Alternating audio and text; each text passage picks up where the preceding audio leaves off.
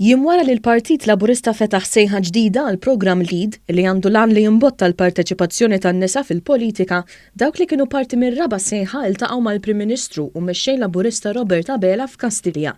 Aw kellhom iċ-ċans jiddiskutu l-modi kif dan il-programm tom l-imbottatura li xtaqu biex jagħmlu dan il-pass u liema kwistjonijiet iħossu li għandhom jiġu diskussi fuq livell ta' gvern.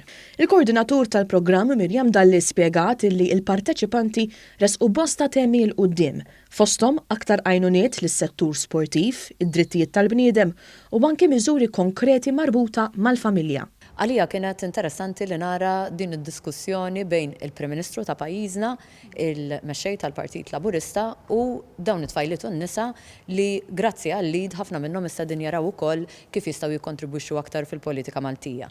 L-importanti hu li anki issa fis-sejħa li jmiss ta' LEAD fejn qegħdin nilqgħu diġà l-applikazzjonijiet għal tfajliet u nisa ġodda li huma interessati li jipparteċipaw fil-programm LEAD, naraw li konna persuni li jistgħu jagħtu l-kontribut tagħhom fil-politika Maltija.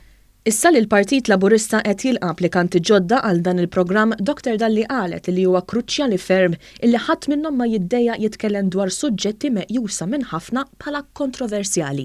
Jekk ma nkunux aħna stess li nisfidaw l-status quo, li noħorġu bidejat innovattivi, li nitkellmu dwar affarijiet li forsi naħsbu li huma kontroversjali, jekk ma nitkellmux dwarhom aħna jien fl-opinjoni tiegħi ma jitkellem dwarhom ħadd. U nibqgħu f'sitwazzjoni fejn l-affarijiet li nixtiequ li jinbidlu jibqgħu ma jinbidlux. Il-Prim Ministru Robert Abela wara sodisfazzjon għall-ammont ta' parteċipanti li LEAD kellu fir-raba sejħa tiegħu u fisser l-importanza ta' aktar nisa fil-qasam politiku mill-elezzjoni ġenerali illi jmiss.